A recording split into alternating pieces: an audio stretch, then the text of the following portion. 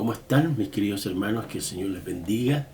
Una vez más estamos acá para poder compartir la siempre vigente palabra del Señor. El texto que hoy vamos a considerar está allí en 1 Corintios capítulo 15, los versículos 42 al 50, y dicen de esta manera: así también es la resurrección de los muertos. Se siembra en corrupción, resucitará en incorrupción. Se siembra en deshonra, resucitará en gloria.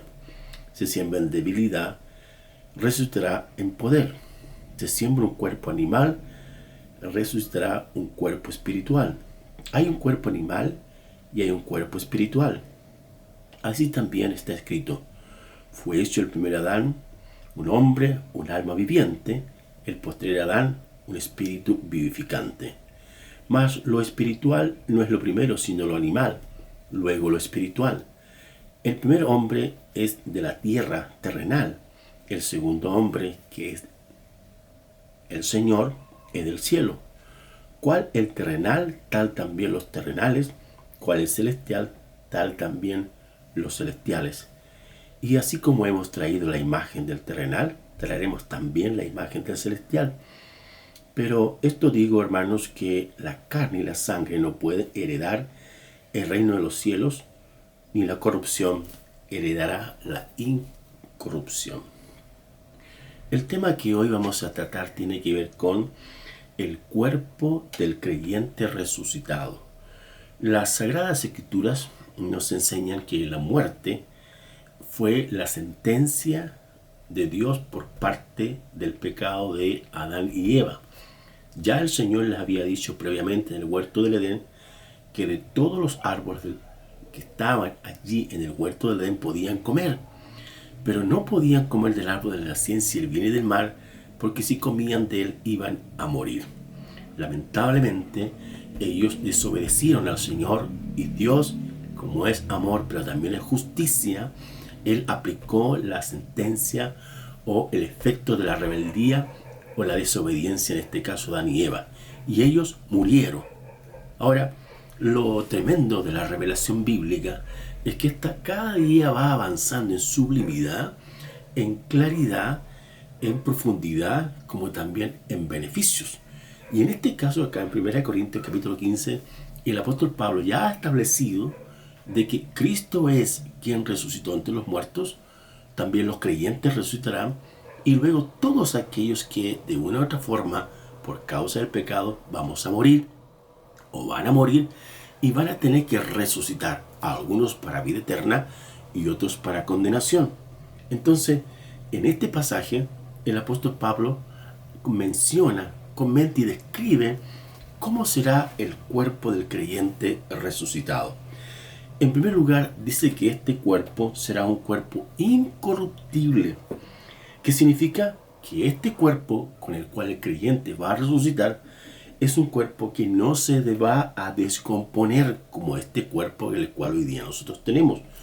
Cada día en la vida biológica uno va avanzando, pero luego hasta cierta edad, algunos calculan 30 años, que la persona empieza a perder su fuerza, su vigor, y se va desgastando paso a paso. Ese es el cuerpo que nosotros tenemos, cuerpo terrenal. Pero el cuerpo que traeremos o que recibirá el creyente será un cuerpo incorruptible, que no se descompone, que no se envejece y que el tiempo no incidirá en él. En segundo lugar, será un cuerpo glorificado. La palabra gloria se refiere al poder manifiesto de Dios.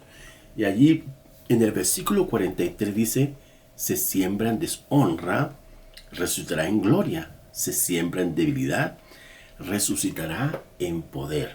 Entonces, el Señor, con su poder y su gloria, hará un cuerpo distinto al cuerpo perecedero, terrenal, humano, temporal, y este cuerpo nuevo que el creyente tendrá será un cuerpo glorioso, poderoso, que nuestro Señor hará de aquellos que son sus hijos. En tercer lugar, será un cuerpo espiritual. Aquí es muy interesante entender que desde el punto de vista físico, desde el punto de vista de las cosas que palpamos, nosotros entendemos las cosas por la vía de la razón. Pero la palabra del Señor enseña que hay un cuerpo espiritual. Así como existe la realidad física, también hay una realidad concreta desde el punto de vista espiritual. El versículo 44 dice: se siembra en un cuerpo animal, resultará en un cuerpo espiritual. Hay un cuerpo animal y hay un cuerpo espiritual. Entonces, este cuerpo espiritual es de origen divino, es celestial y se personifica o se ilustra con el caso de nuestro Señor Jesucristo. Leyendo un poquito más adelante el pasaje del versículo 45 dice: así también está escrito, fue hecho el primer Adán un alma viviente, hablando de Adán allá en el Génesis, y el posterior Adán dice un espíritu vivificante, hablando de Cristo Jesús. Entonces podríamos decir que el cuerpo del creyente glorificado va a ser más o menos similar al cuerpo de Jesús. Recuerde, cuando el Señor resucitó, ya no había ley humana que lo pudiera detener. Él tenía la capacidad de transportarse y moverse de un lugar a otro muy rápidamente. Fue así cuando los discípulos estaban en el aposento alto en oración y el Señor se manifestó entre ellos. Y ellos, muy sorprendidos, se asustaron y pensaron que era un fantasma o algo más o menos de esa forma. Pero Jesús le dice: paz a vosotros. ¿Cómo el Señor logró traspasar las paredes? Si estaba todo cerrado, era un lugar que solo estaban los discípulos y que Jesús los conocía muy bien, ya que con ellos había estado en otras ocasiones en ese lugar. Entonces, el cuerpo del creyente también va a ser un cuerpo de carácter espiritual. Y finalmente, podemos decir que también este cuerpo del creyente va a ser un cuerpo celestial. El versículo 48 dice: ¿cuál es terrenal? Tales también los terrenales. ¿Cuál es celestial? Tales también los celestiales. Esto tiene que ver específicamente con el origen. Es el Dios Todopoderoso, con su poder y su gloria y su sabiduría y su diseño, que hará del creyente que éste tenga un cuerpo celestial. La imagen perfecta celestial que tendrá el cuerpo será obviamente de acuerdo al modelo de nuestro Señor Jesucristo, ya que el mismo Señor aquí, a través de Pablo, dice el versículo 50, que la carne y la sangre no pueden heredar el reino de Dios, y la corrupción heredará la incorrupción.